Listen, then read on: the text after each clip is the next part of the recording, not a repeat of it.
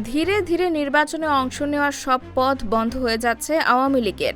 আন্তর্জাতিক অপরাধ ট্রাইব্যুনালে বিচার শেষ না হওয়া পর্যন্ত আওয়ামী লীগের যাবতীয় কার্যক্রম নিষিদ্ধ করার সরকারি সিদ্ধান্তের কারণে আসন্ন ত্রয়োদশ জাতীয় সংসদ নির্বাচনে দলীয় প্রার্থী দেওয়ার কোনো সুযোগ পাবে না দলটি। এছাড়া নির্বাচন কমিশনে দলটির নিবন্ধন বাতিলের ঝুঁকিও রয়েছে।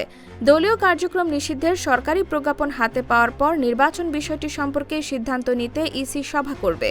এ প্রসঙ্গে নির্বাচন কমিশন সচিবালয়ের সাবেক অতিরিক্ত সচিব ও নির্বাচন ব্যবস্থা সংস্কার কমিশনের সদস্য বেগম জেসমিন টুলি বলেন, নির্বাচন কমিশনে নিবন্ধিত একটি রাজনৈতিক দলের যাবতীয় কার্যক্রম নিষিদ্ধ হওয়া মানে সেই দল নির্বাচন কমিশন থেকে কোনো সুযোগ সুবিধা পাবে না, ভোটার তালিকা পাবে না, নির্বাচনে প্রার্থী মনোনয়নও দিতে পারবে না, ব্যালট পেপারেও ওই দলটির জন্য কোনো প্রতীক বরাদ্দ হবে না। নিবন্ধন আপাতত বহাল থাকলেও নিবন্ধিত দলের তালিকায় ওই দলটির ক্ষেত্রে যাবতীয় কার্যক্রম স্থগিত কথাটি লেখা থাকবে।